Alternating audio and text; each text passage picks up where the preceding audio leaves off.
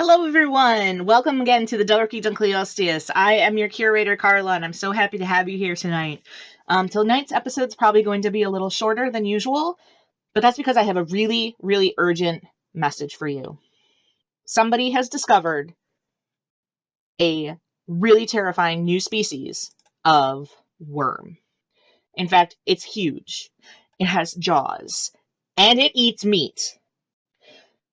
That's right, folks. I am talking about graboids. Graboids are real. Bert Gummer, where are you? Okay, not really. Sorry to say, bit of a joke, but not really. I am going to really geek out and dork it up today because we are going to talk about graboids and how to build a better graboid. But we're also going to be talking about a really cool species of bobbit worm. Yes, graboids. We'll get to you later, my friend, my wormy friend. I believe that. No, that's not El Blanco. I don't have a good one of El Blanco. That's, I think, is Stumpy from the first movie. So, like I said, we are talking about bobbit worms. Specifically, we are talking about Websteroprion armstrongi. It was discovered about 2 years ago, so I'm a little behind on that, but it kept popping up in my Facebook feed. And I really, really love this because it got my dorky senses tingling. So they got to be about 2 meters long. Now, graboids are anywhere between 30 to 50 feet, so definitely not a graboid. Their jaws of this worm, so it's actually what's considered a bristle worm, so a segmented worm, were about 1 centimeter or just a little over a third of an inch. So if you imagine this is about an inch, so if you cut it into thirds, right from there, that's about a third of an inch. That's not big. But most other worms were less than a millimeter. Let's talk about bristle, aka bobbit worms. Websteroprion armstrongi was found in Devonian deposits. Why is everything found in Devonian deposits anymore? Well, at least some of the weird stuff is found in Devonian deposits. I love it because I dig in Devonian deposits. Dunkleosteus was in Devonian deposits. So were trilobites, crinoids, and brachiopods. Some of the stuff I like to dig up. So modern species of bobbit worms can actually reach up to about 10 feet or 299 centimeters. A modern species example of that is Eunice aphroditotus.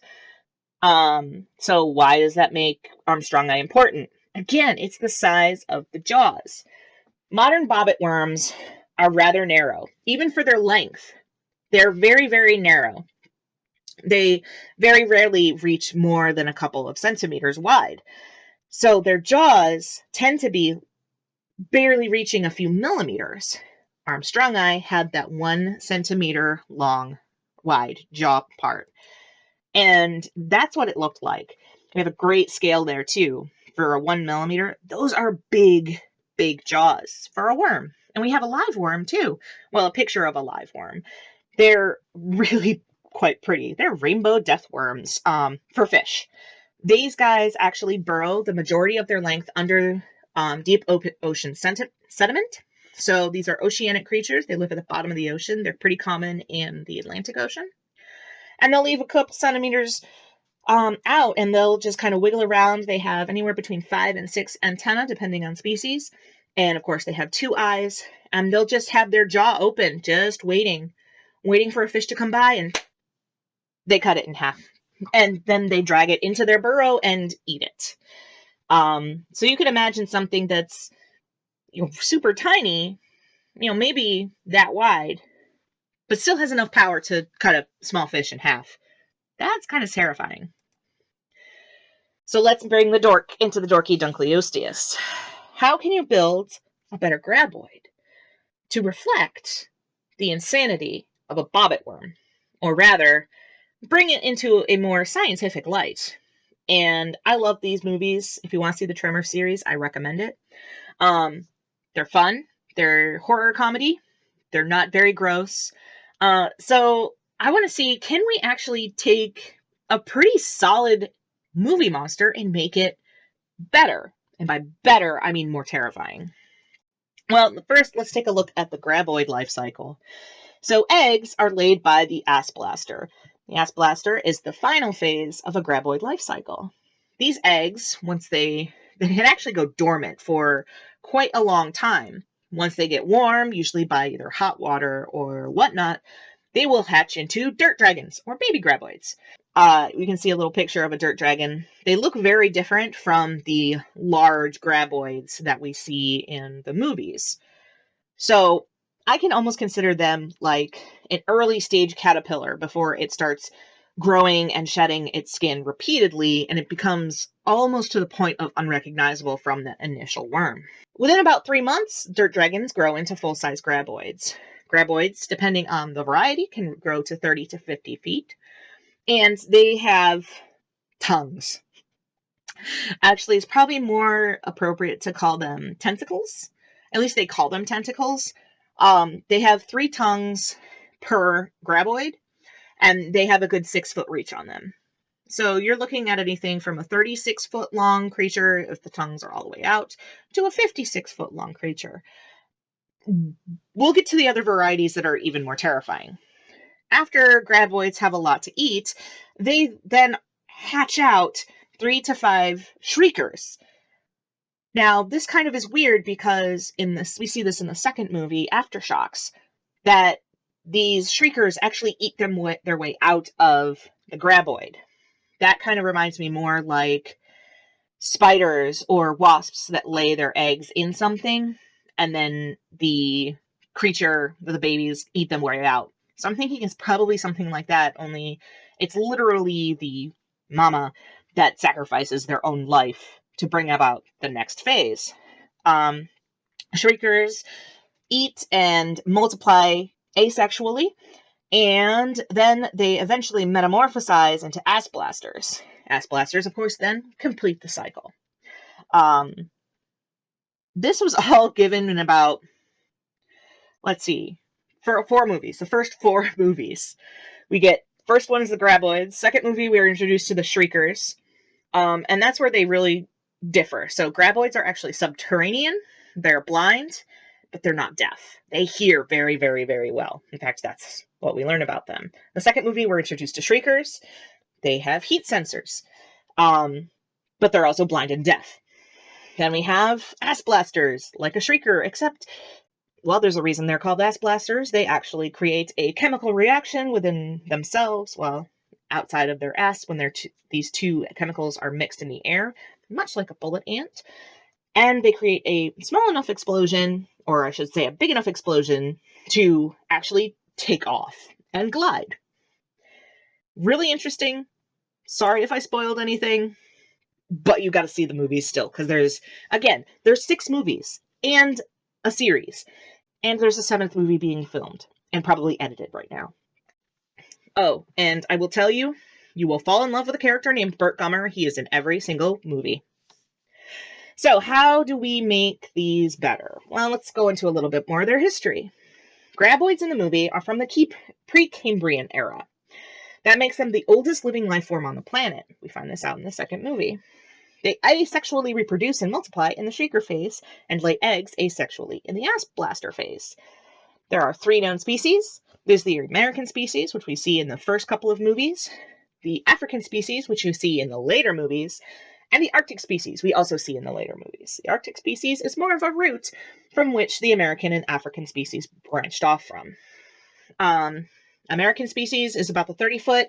African species are 50-foot. They actually fully breach, and their tentacles actually detach. We'll get into those tentacles again in a minute. So, some problems. How to build a better graboid.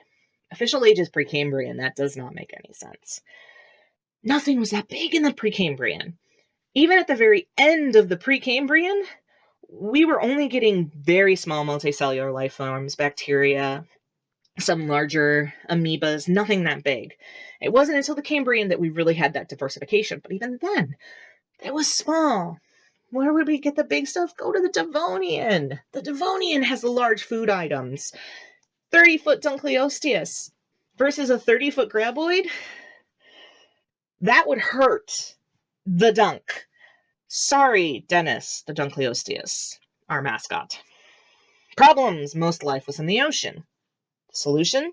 Make graboids like an aquatic at first, like a bobbit worm. Have them burrow being able to sense, or even exactly like a bobbit worm, and have them open their mouths, use those tentacles just like anglerfish do, and bring the food to them. Bobbit worms can reach up to 10 feet today, and other worms are even larger. There's some species of invertebrate worms that can get up to 30 feet. Granted, they're only about that big around. That's still terrifying. Graboid genetic diversity problem. So, in the movies, we are told that these are asexual creatures. Most asexual creatures, I say most because there are some exceptions, have some kind of ability to share genetic material between individuals. Most bacteria are asexual. Most amoebas are asexual. But they do mate, and they'll share genetic material. Graboids we don't see having any kind of interaction like that. That's a bit of a problem. Of course, obviously, it's a movie, but I'm trying to think of this scientifically. Solution. Graboids are not officially asexual, but, like I said earlier, are like anglerfish. So, as I said, they have these 3 tendrils, tentacles, tongues.